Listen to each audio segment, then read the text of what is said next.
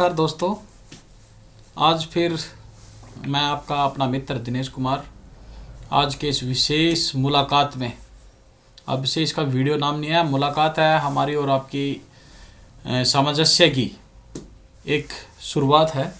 और इसके बारे में आज थोड़ा सा आप डिस्प्ले पे देख रहे हैं कि आज का हमारा जो ये वीडियो है वो किस विषय के ऊपर है। वो है परिवार पहचान पत्र के अंदर जो हमने फैमिली आईडी के अंदर आय बढ़वाई है। किस कारण? क्रेडिट कार्ड पाने के लिए या बैंक का लोन लेने के लिए, किसी दुकान के ऊपर या किसी अन्य चीज़ के ऊपर लोन लेने के लिए जो हमने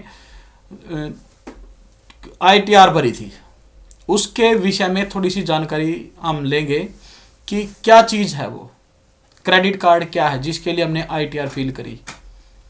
ये एक असुरक्षित कर्ज है अभी हमारे पास, यानी कि सेफली नहीं है ये कर्ज, ये असुरक्षित कर्ज है हमारे ऊपर। ये असुरक्षित कर्ज क्यों है? क्या बैंक इस कर्ज को किस एवज में देते हैं, उसके बारे में विस्तार से बताएंगे। तो सबसे पहले मैं आपको क्रेडिट कार्ड के बारे में बताता हूँ कि क्रेडिट कार्ड को हम प्लास्टिक मनी कह सकते हैं। जैसे हमारे पास करेंसी नोट होते हैं ना, तो ऐसे ही क्रेडिट कार्ड जो है वो प्लास्टिक मनी है। यानी कि मान लो कई बार क्या होता है कि हमारे पास पैसे नहीं होते हमारे अकाउंट में या कहीं भी, और यदि हमारे पास क्रेडिट कार्ड है तो हम इसका यूज़ करके पैसे यूज़ कर सकते हैं। तो सबसे पहले तो इसके लाभ क्या हैं, हानि क्या है और इसके लिए कंडीशन क्या है, उन सब के बारे में हम बातचीत करते हैं। तो जो क्रेडिट कार्ड है वो सभी बैंक देते हैं, जितने बैंक आपके आसपास हैं, चाहे कोई भी बैंक हो, वो सभी बैंक क्रेडिट कार्ड इशू करते हैं। लेकिन क्रेडिट कार्ड के लिए आपके पास करंट अकाउंट या सेविंग अकाउंट या जनधन अकाउंट कुछ भी कंपलसरी नहीं है कि वो होने चाहिए।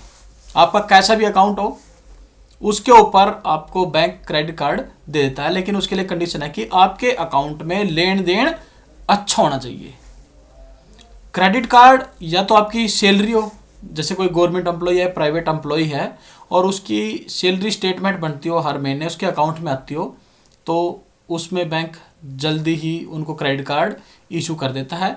या फिर आपके सिबिल स्कोर को देख करके क्रेडिट कार्ड बनाया जाता है। अब क्रेडिट कार्ड से हम क्या क्या कर सकते हैं? क्रेडिट कार्ड से हम शॉपिंग कर सकते हैं, किसी भी ATM से पैसे की जरूरत पड़ने पर पैसे निकाल सकते हैं। लेकिन पैसे निकालने की इसमें एक लिमिट होती है। मान लीजिए आपका क्रेडिट कार्ड यदि 40,000 का है तो उसमें से आप 6 या 8,000 रुपये ही ATM से विड्रॉ कर सकते हैं, और उस विड्रॉ का आपको चार्ज देना पड़ता है, चाहे वो चार्ज 1% हो, 2% हो या 3% हो। क्रेडिट कार्ड में आपको चार्ज देना पड़ेगा।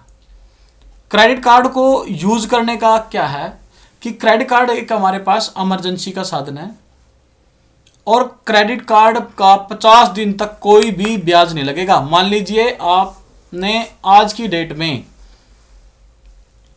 क्रेडिट कार्ड से कोई शॉपिंग की है और वो शॉपिंग आपकी बिल बनने तक विदाउट ब्याज के है, और जब बिल बन गया आपका, मान लीजिए आपका बिल 5 फरवरी को बनेगा, तो आपको उसकी पेमेंट 25 फरवरी को करनी है, यानी 20 दिन आगे मिल गए।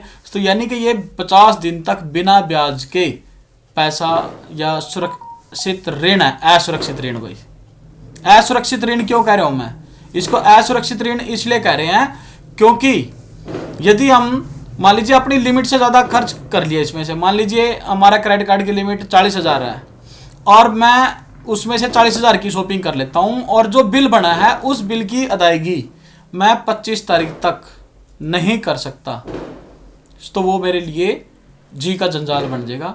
जी का जंजाल क्यों बन जाएगा? क्योंकि इस पे रेट ऑफ इंटरेस्ट जो है वो 35 से 40% है एक साल का। यानी कि जब तक आप उसकी पेमेंट नहीं भरोगे ना, वो 35 से 40% आपसे इंटरेस्ट लेगा, बैंक ब्याज लेगा इतना। तो आप लगा लीजिए कि उसका ब्याज कितना बनेगा, और ये ब्याज के ऊपर ब्याज लगता है, ना कि यह है कि एक ही बार अगर मान लीजिए जैसे हम अपना बिजली का बिल भरते हैं और उसकी ड्यू डेट निकल जाती है और उस पर हमारे को पेनल्टी पहले ही उत्तर हरियाणा बिजली वितरण निगम या दक्षिण हरियाणा बिजली वितरण निगम दिखा देता है कि आपकी पेनल्टी 50 रुपये है, 60 रुपये है। वो पूरे जब तक आपका नेक्स्ट बिल नहीं आता तब तक वो पेनल्टी होती है। लेकिन क्रेडिट कार्ड के ऊपर ऐसा नहीं है। मान लीजिए 50 दिन तक आपने कोई भी पेमेंट नहीं भरी, 51वें दिन आपका 35% के हिसाब से पेनल्टी लगेगी। जो आपकी ड्यू पेमेंट है, यानी कि जो आपने पैसे भरने हैं उनके ऊपर ब्याज आएगी। ये नहीं है कि सारी पेमेंट के ऊपर लगेगा, जो पैसे आपने भरने हैं उसके ऊपर ब्याज लगेगा। नेक्स्ट डे उस ब्याज की भी राशि उसके अंदर जुड़ जाएगी तो उस राशि के ऊपर भी ब्याज लगेगा। तो क्रेडिट कार्ड से ये भी चीज़ होती है। और दूसरा, यदि हमें मान लीजिए हम कहीं शॉपिंग करने चले गए और वहाँ पर हमारा क्रेडिट कार्ड स्वाइप नहीं हुआ, तो हम बैंक से यदि उसमें पैसे निकलवाते हैं तो पैसे निकलवाने के लिए भी हमें उस क्रेडिट कार्ड के चार्ज देने पड़ते हैं। वो चार्ज 1% भी हो सकते हैं, 2% भी हो सकते हैं और 3% भी हो सकते हैं। तो ये क्रेडिट कार्ड का फंडा है। और इसमें सबसे बड़ा जी का जंजाल क्या है, क्रेडिट कार्ड में आपको आसानी से क्रेडिट कार्ड सभी बैंक दे देंगे और अब तो बैंक कॉल करके आपको क्रेडिट कार्ड देते हैं। लेकिन क्रेडिट कार्ड का एक और फंडा ये भी है कि यदि क्रेडिट कार्ड की लिमिट आप समय पर नहीं भर पाए तो उसका ब्याज देना पड़ गया, नंबर 1। नंबर 2 क्या है कि यदि हमने कोई मोबाइल खरीदना है, भाई मान लीजिए 40,000 का मोबाइल है और उसकी EMI पर हमें मिल रहा है फोन क्रेडिट कार्ड की, जिस बैंक से भी है वो, उस पे हमें छूट मिल रही है, तो हम उस छूट के लालच में तो अपना क्रेडिट कार्ड स्वाइप कर लेते हैं। लेकिन जब उसका बिल पे नहीं होगा तो वो फिर 35% भी भरना है भाई।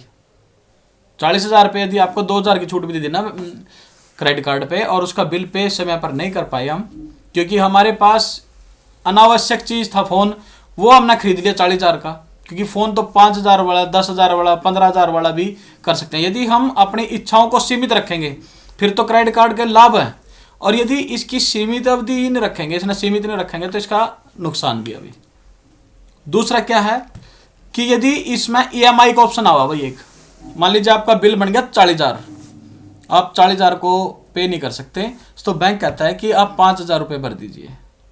हम सोचते हैं अभी 5,000 भर दे, चलो बाकी के आगे भर देंगे। लेकिन जो 40,000 में से 5,000 भरने के बाद 35,000 बच गए ना, उसके ऊपर हमने 36% ब्याज देना है भाई बैंक को। और वो 36% आप ब्याज लगाओ कि कितना बनेगा उसका। तो ये सबसे बड़ी समस्या है। हाँ, क्रेडिट कार्ड एक अच्छी चीज़ है, लेकिन यदि हम इसको बुद्धि के साथ और जागरूकता के साथ, संचेतना के साथ और अपनी लिमिट के अनुसार यूज करेंगे तो ये एक फ़ायदेमंद चीज़ भी है। क्योंकि कई बार क्या होता है कि हमारे पास पैसे नहीं होते, शॉपिंग करने चले जाते हैं, पर्स में नहीं होते, खाते में नहीं होते, तो हम क्रेडिट कार्ड आए तो यदि इसको हम यूज़ कर सकते हैं, क्योंकि ये 50 दिन तक बिना ब्याज के हमारे को मिलता है। तो क्रेडिट कार्ड को यदि हमने लेना भी है तो इसको ज्ञान के अनुसार यूज करना पड़ेगा भाई, सूझबूझ के साथ इसको यूज करना पड़ेगा। इसका इंटरेस्ट भी भरना पड़ता है, ये सारी चीज होती हैं। उसके बाद जो ये प्लास्टिक मनी है भाई, इस प्लास्टिक मनी के फायदे हैं तो नुकसान भी है भाई। फायदा तो यही हो गया भाई, हमारे पास यदि पैसे नहीं है तो हम इसको यूज करके अपनी इच्छा पूरी कर सकते हैं। नुकसान ये हो गया कि अगर समय पर इसका बिल पे नहीं हुआ तो हम 35% ब्याज भरेंगे भाई, और ये ब्याज तब तक लगेगा जब तक फुल पेमेंट नहीं भरी जाती है। तो इसलिए क्रेडिट कार्ड को यूज करने के लिए भी जो गाइडलाइन आपको दिया भाई, टाइम पर पेमेंट करो, इसकी इतनी पेमेंट यूज करो जितनी का हम इसके अंदर पेड कर सके भाई। हाँ, क्रेडिट कार्ड को पेड करने का तरीका क्या है, इसको पेड कैसे करेंगे भाई? जो इसका बिल बना है उसको हम गूगल पे से, फोन पे से या पेटीएम से या अन्य क्रेडिट भी कोई भी एप्लीकेशन है उस बैंक की वेबसाइट से, अपनी जो बैंक की हमने बना रखी है साइट, बैंक ने ही मान लीजिए वो चाहे HDFC का हो, PNB की हो या SBI की हो, नेट बैंकिंग, उसके थ्रू भी जो इसका पेड कर सकते हैं। तो दोस्तों, यदि आपको ये मेरी वीडियो अच्छी लगी हो तो चैनल को सब्सक्राइब करो भाई, और इस वीडियो को शेयर करो। कल फिर किसी फैमिली आईडी से रिलेटेड, और जो जी का जंजाल बने था फैमिली आईडी में, जैसे क्रेडिट कार्ड बन गया है, कल को हमारे को जैसे दुकानों का लोन है, वो लोन हम किस प्रकार से ले सकते हैं, उसके लिए क्या क्या कंडीशन है, उसके बारे में जानकारी देंगे, लोन के बारे में भी। तो ये आज की हमारी जो वीडियो थी वो क्रेडिट कार्ड के ऊपर थी। यदि अच्छी लगी हो तो सब्सक्राइब भी करो भाई, लाइक भी करो और इस वीडियो ना दबा कर शेयर करो भाई मित्रों। तो कल तक के लिए अपने मित्र को इजाज़त दीजिए। जय हिंद, जय भारत, जय हरियाणा।